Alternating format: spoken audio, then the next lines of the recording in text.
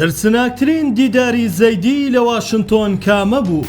بۆچی بەڵێنەکانی بۆ ئەمریکا گڕی لە میلیشیاکان بەرداوە؟ زۆرێک پێیان وابوو گرنگترین بەشی سەردانەکەی زەیدی بۆ واشنتۆن دەرکەوتن بوو لەگەڵ دۆناڵد ترامپ، بەڵام ڕاستیەکە شتێکی ترە. ڕاستە دەرکەوتن لەگەڵ ئەو ئامانجی سەرەکی سەردانەکە بوو، بەڵام گرنگترینیان نەبوو، زیاتر پرۆتۆکۆڵی و گفتوگۆی دیبلۆماسی بوو.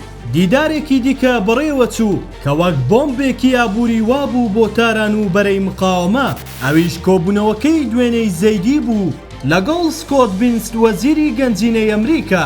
بۆچی ئەمە گرنگ بوو؟ چونکە لێرەدا باسەکە چیتر سیاسی نەبوو، قسەکردن بوو لەسەر ستراتیژی نوێی ئەمریکا بۆ عێراق، بڕینی شادەمارەکانی بەرەی مقاومە بوو. وەزیری گەنجینەی ئەمریکا مەرجی قورسی خستە سەر مێزی زەیدی کە دەبێت هەموو ئەو ڕێگەیانە دابخرێن کە دۆلاری عێراقی دەگەێنە دەستی ئەو لایەنانەی لا لیستی سزاکانی ئەمریکادان، لە نێویاندا وشکردنی سەرچاوەی دارایی گروپەکانی بەرەی مقاومە، ڕێگری تەواوەتی لە چوونی دۆلار بۆ ئێران، گەمارۆ خستنە سەر ئەو کۆمپانیانەی لا لیستی سزای ئەمریکادان، لە نێویاندا کۆمپانیای سەر بە ئێران و حیزبوڵڵای لوبنانیش هەیە. ئەمانەش تەنها داواکاری ئاسایی نین، ڕاگەیاندنی شەڕێکی ڕاستەوخۆیە لەگەڵ بەرژەوەندەکانی کۆماری ئیسلامی ئێران.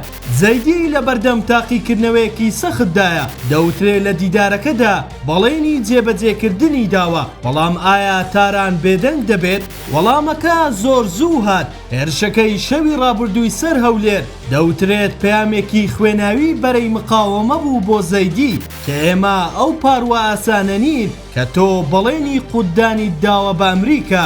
ئێستا پرسیارەکە ئەمەیە، زەیدی دەتوانێت بەرگەی ئەم فشارانەی ئەمریکا و ئێران لێ کاتدا بگرێت؟